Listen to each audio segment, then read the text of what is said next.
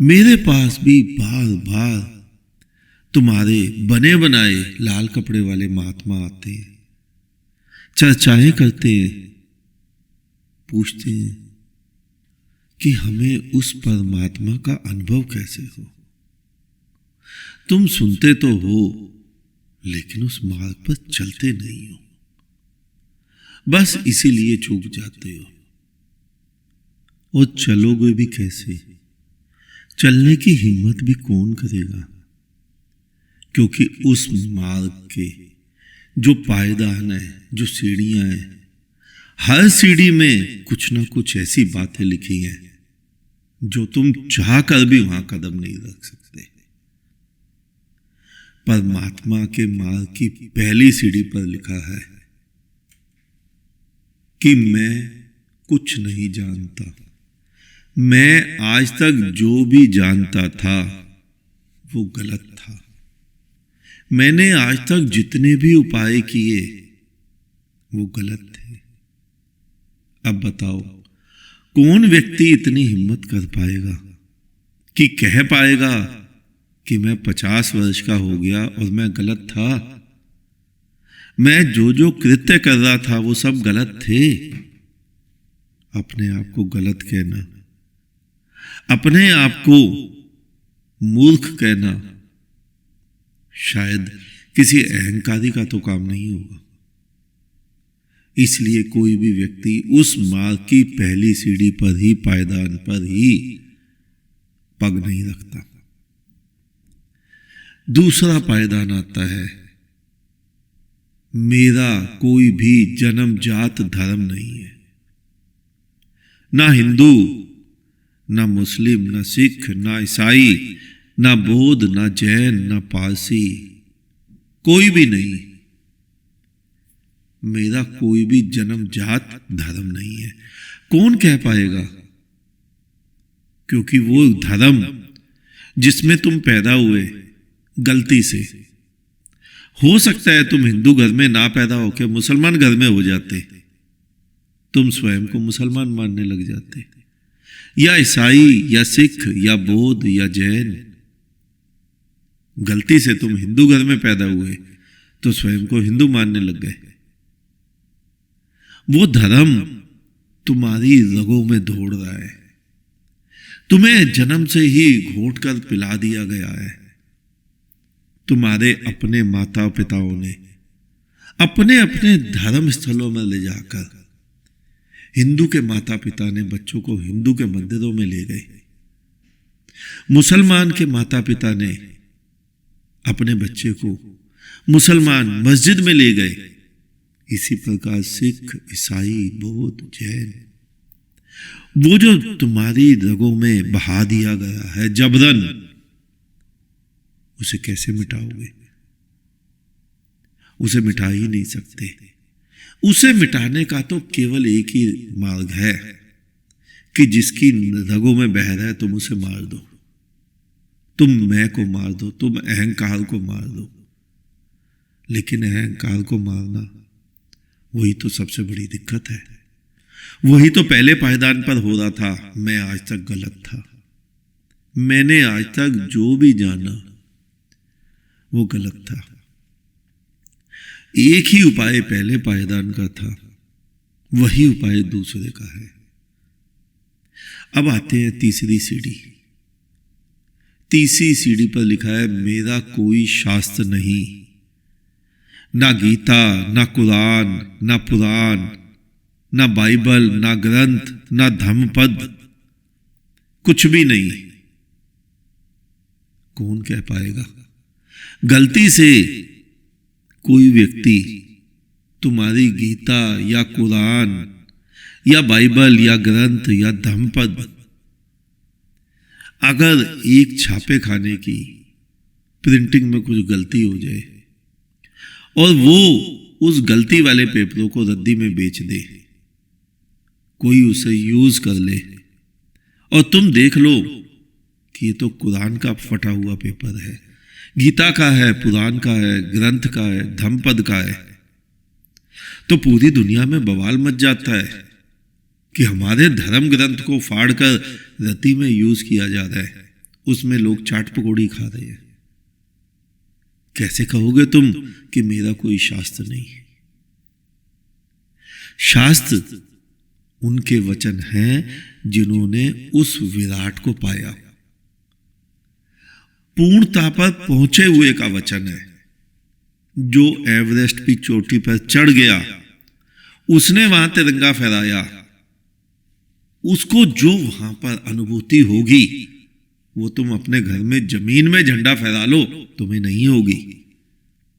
वो एवरेस्ट की चोटी पर चढ़ने के बाद ही होगी। तो जो लोग उस चोटी पर चढ़ गए, उनके वचन है गीता, कुरान, पुराण, धम्मपद, बाइबल ग्रंथ। तुम्हें यहां घर बैठ के उससे कोई लाभ नहीं होगा। जिस दिन तुम उस चोटी पर चढ़ जाओगे, उस दिन तुम भी कुछ ना कुछ वचन बोल दोगे और वो वचन शास्त्र बनेंगे। इसको कैसे छोड़ोगे? फिर वही आता है, मैं के अहंकार को छोड़ना, ये भी छूट जाएगा। अब चौथी सीढ़ी आती है, तुम्हारे शास्त्रों में आती है नेति नेति। और तुम्हारे संसारिक देहिक महात्मा, देह को देखने वाले, वो कहते हैं इसका वर्णन कि स्वयं से बोलो, मैं हाथ नहीं हूं, मैं आंखें नहीं हूं, मैं जीवा नहीं हूं, मैं सिर नहीं हूं, मैं पैर नहीं हूं। इस प्रकार छोड़ते जाओ और फिर जो बचेगा वो तुम हो।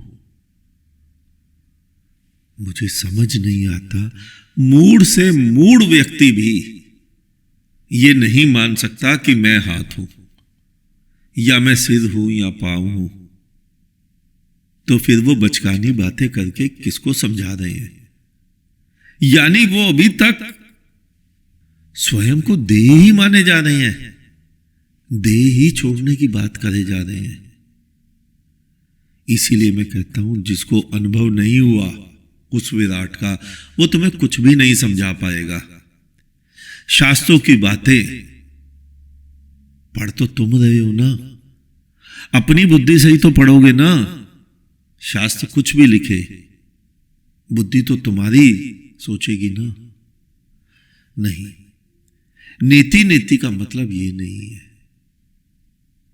नीति नीति नीति नीति का मतलब ये भी नहीं है उसके बारे में बखान नहीं किया जा सकता। जब बखान नहीं किया जा सकता तो शास्त्र क्यों रटे जा रहे हो तोतों की तरह? क्यों गद्दी पर बैठ जाते हो बंदर की भांति कूद कर लोगों को समझाने? नीति नीति मूर्ता भरी बातें। नीति नीति का मतलब ये लो, मैं ना ब्राह्मण हूं, ना क्षत्रिय, ना वैश्य, ना शूद्र, ना हिंदू, ना मुसलमान, ना सिख, ना ईसाई। मैं कुछ भी नहीं हूं, मेरा कोई भी वर्ण नहीं है, मेरी कोई भी जाति नहीं है।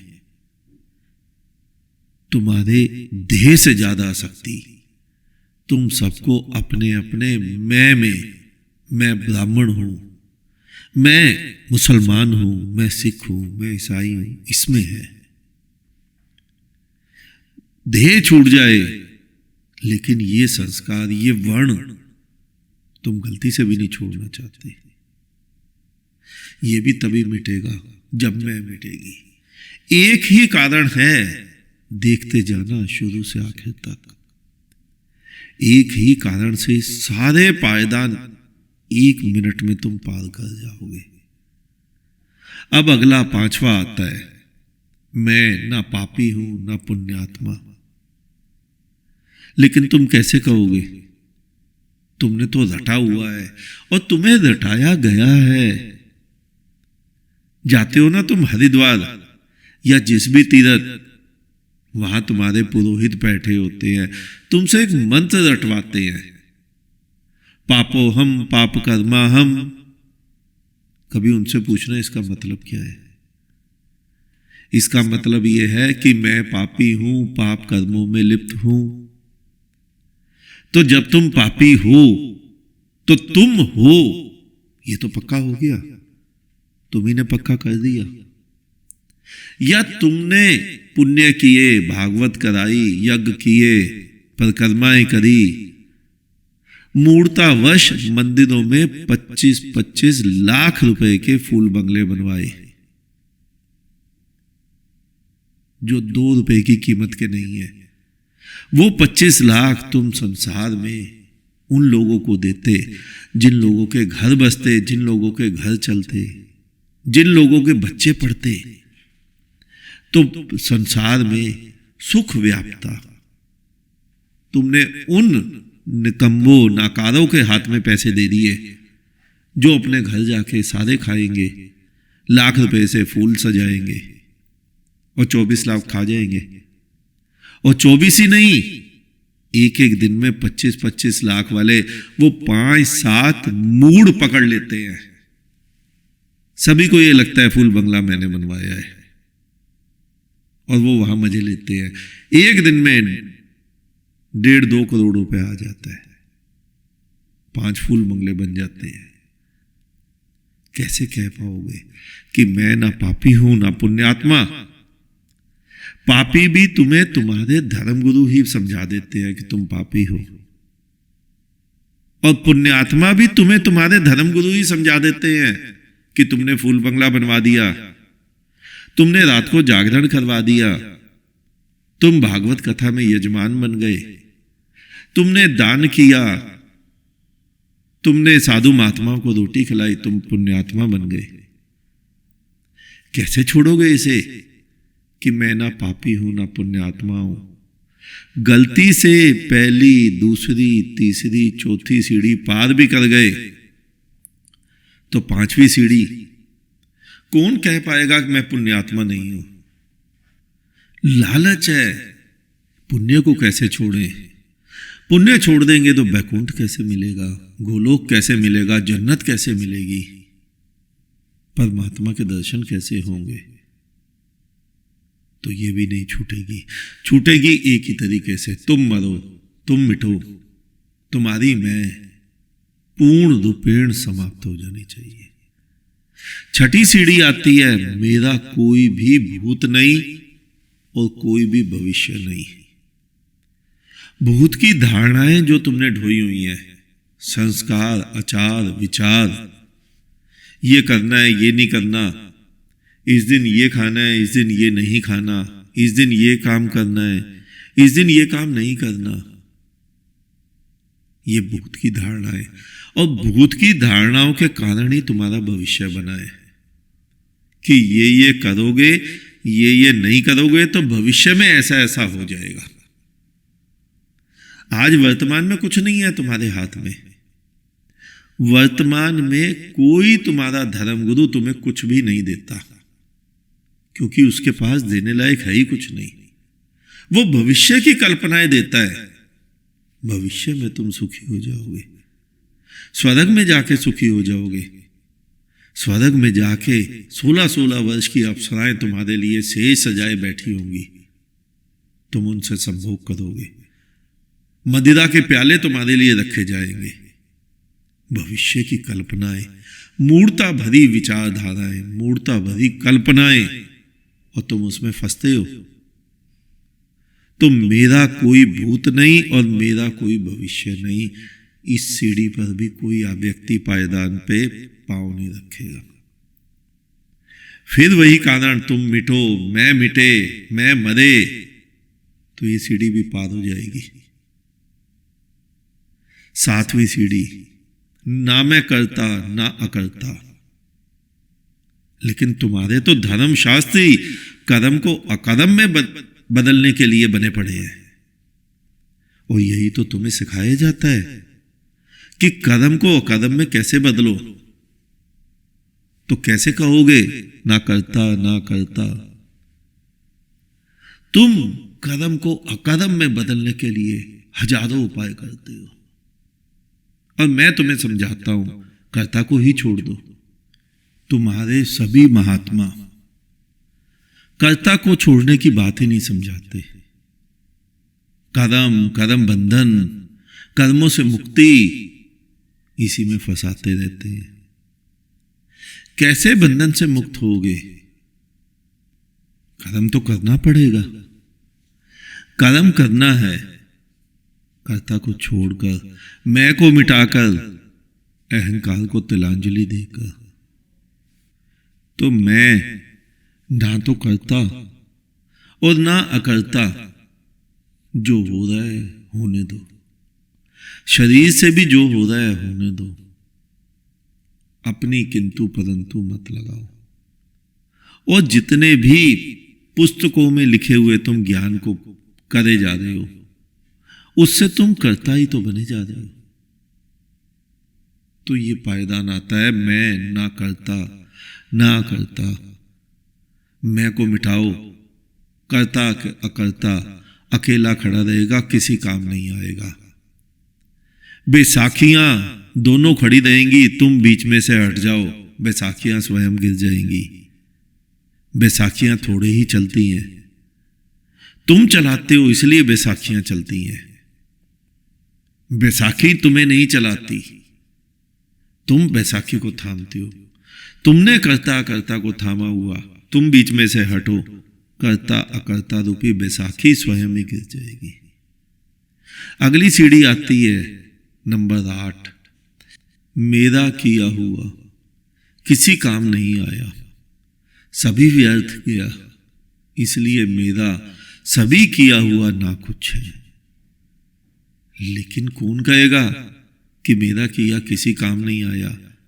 यानी मैंने जो जो किया वो गलत था। वही पंक्ति आ गई नंबर 1 वाली, मैं आज तक गलत था। कौन कहेगा मेरा किया काम नहीं आया? कौन कहेगा मैंने मूर्खतावश 50 वर्ष 60 वर्ष जितने भी उपाय किए, जितने भी जप तप व्रत किए, परिक्रमाएं की, स्नान किए, नमाजें पढ़ी, प्रार्थनाएं की, अरदासें की, वो सभी व्यर्थ? नहीं, इससे भी तुम मुक्त उसी प्रकार हो पाओगे। मैं को मिटाओ, मेरा को मिटाओ, अहंकार को मिटाओ, स्वयं को मारो। जब तक तुम स्वयं को नहीं मारोगे, तब तक तुम उस विराट का, उस परमात्मा का अनुभव नहीं कर पाओगे। तुम्हारे अंदर बुद्धत्व नहीं जन्मेगा। जब तक तुम्हारी आंखें नहीं खुलेंगी, तब तक कुछ भी नहीं समझ पाओगे। अगली सीढ़ी आती है 9 नंबर। उसे पाने के लिए मेरा कोई साधन, कोई साधना, कोई सिद्धि, कोई जप तप व्रत अनुष्ठान काम नहीं आया। मेरा किया हुआ ही बंधन रूपी था। इसे कौन कह पाएगा कि मेरा किया हुआ सभी रास्ते के रोड़े बने? क्योंकि तुमने जो भी किया उससे मैं को ही तो बलवान किया। लोग साधनाएं करते हैं, सिद्धि करते हैं, भूत प्रेत साधते हैं, शमशान में जाके क्रियाएं करते हैं। इससे क्या हो रहा है? तुम अपनी मैं को बलवान किए जा रहे हो। और मन को तो मजा आता है। ताकत लेने में, ताकत पाने में किसको मजा नहीं आएगा? वो सोचता है मैंने 5 भूत साध लिए, वो मेरे लिए काम करेंगे। इसी बात को तो कृष्ण ने गीता में कहा है कि जो भूतों को ध्याएगा वो भूतों के पास जाएगा, जो देवताओं को ध्याएगा जो वो देवताओं के पास जाएगा, और जो मुझे ध्याएगा वो मेरे पास आएगा। मुझे का मतलब कृष्ण से नहीं था, मुझे स्वयं को, अपने ब्रह्म को। कृष्ण ने पूरी गीता ब्रह्म स्वरूप गाई, लेकिन तुमने देह स्वरूप समझी। तुमने कृष्ण की देह को देह मान लिया। ब्रह्म स्वरूप कृष्ण ने कहा मैं अजन्मा हूं। अजन्मा ब्रह्म का कोई जन्म मरण नहीं होता। लेकिन कृष्ण का, वो तो जन्माष्टमी तुम मनाते हो, वो ब्रह्म स्वरूप कहे गए वचन थे। तुम समझे ही नहीं। जितने भी साधना सिद्धियां करते हो, तुम्हारा मन मजबूत होता है। अध्यात्म की, धर्म की सारी क्रियाएं स्वयं को मिटाने की क्रियाएं हैं, और तुम्हारे बने बनाए धर्म की सारी क्रियाएं तुम्हें बनाने की क्रियाएं हैं। तुम्हें पवित्र बनाना है, तुम्हें पुण्यात्मा बनाना है, तुम्हें सिद्ध बनाना है, तुम्हें धार्मिक बनाना है, तुम्हें हिंदू बनाना है, तुम्हें मुसलमान बनाना है, सिख बनाना है, ईसाई बनाना है। वो सारी क्रियाएं तुम्हें बनाने की क्रियाएं हैं, जबकि धर्म की सारी क्रियाएं स्वयं को मिटाने की क्रियाएं हैं। बुद्ध ने स्वयं को मिटाया, महावीर ने स्वयं को मिटाया, मोहम्मद, जीसस, नानक, कबीर, सभी ने स्वयं को मिटाया। कबीर का वचन सुना है ना तुमने, जब मैं था तब हरि नहीं, अब हरि है मैं नाही। मैं को मिटाने की क्रियाएं हैं, लेकिन तुम्हारे धर्मगुरु, उन्होंने तो तुम्हारी मैं को और परिपक्व किया। मैं इतने अनुष्ठान करूंगा, इतने गायत्री के पुष्चरण करूंगा, इतनी साधनाएं, इतनी सिद्धियां करूंगा। क्या कर रहे हो तुम? तुम्हारा मिटना हो जाए और उसका जन्म ना हो जाए, बस इतना सा ही कारण है, इतना सा ही क्षण लगता है। नहीं, मैं को मिटाना होगा। अब आती है अंतिम 10वीं सीढ़ी। यहां पहले लिखा है, यहां मेरी मृत्यु है, मैं मृत्यु का अंगीकार करता हूं। देखते ही तुम्हारी रूह कांप उठती है, क्योंकि तुम तो सारे कृत्य मृत्यु से बचने के करे जा रहे हो। तुम पूरा जीवन जो भी कर्म करते हो, वो केवल मृत्यु से बचने के लिए करते हो। जीवन जीने की ओर तुम्हारा ध्यान ही नहीं है। सारे कार्य मृत्यु से कैसे बचा जाए, मृत्यु को कैसे टाला जाए। वो मंत्र जपते हो ना तुम, महामृत्युंजय जप किस लिए करते हो? मृत्यु से बचने के लिए। लेकिन उनको जपने से कहीं मृत्यु टलती है? तुमने किसी की मृत्यु को टलते हुए देखा है? नहीं, मृत्यु टल नहीं सकती किसी भी मंत्र से। धर्म जुगारी आदमी के लिए होता है, जो स्वयं को भी दांव पर लगा देता है, वही उसे पा पाता है। जो स्वयं को बचाए बचाए फिरता है, धर्म से चूक जाता है। धर्म को प्राप्त करने के लिए तुम्हें स्वयं का जुआ खेलना होता है, स्वयं को मृत्यु के मुख में डालना होता है। 10वीं सीढ़ी पर जैसे ही तुम इस पंक्ति पर पांव रखते हो, मृत्यु के द्वार पर कदम रखते हो, एक नया पायदान चमकता है, जिसके सामने दर्पण लगा होता है, और वहां लिखा होता है, आइए परमात्मा, बुद्धों के जगत में आपका स्वागत है।